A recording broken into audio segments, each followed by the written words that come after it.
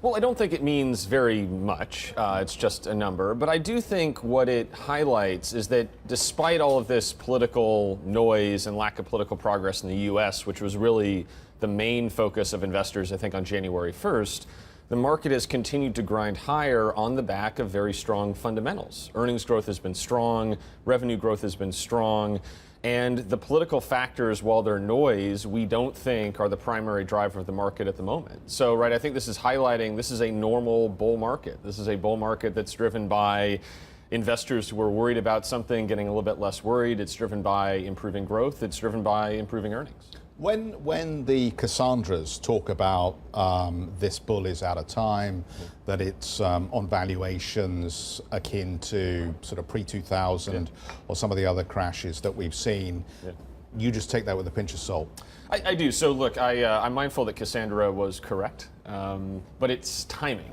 And the most important factor, I think, about valuation, right, is valuation tells you an enormous amount, statistically speaking, about what will happen over the next 5 years, over the next 10 years.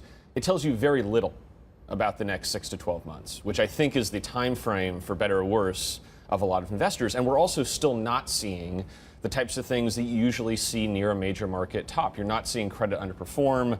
You're not seeing breadth start to deteriorate. And I think I'd like to see those things happen before we got much more concerned about a major market correction. Where's the buying opportunity? Because at these levels of the market, it's very hard to say, well, I'm going to go out there and put an order in today and buy this particular stock or this particular index. So where do you find those opportunities at these levels? Yeah, so this is challenging, right? I don't think myself or a lot of my colleagues walk into work every day and take a lot of joy in recommending expensive things to buy, and yet I think we are at that phase of the market where the market's expensive but continues to go higher. So in terms of what do we like, we think Japanese equities are quite attractive here. It's a market with very attractive valuations versus history, good earnings growth, that we also think is quite under-owned, and I think the market is assigning too much focus on the yen side and not enough focus on the earnings side.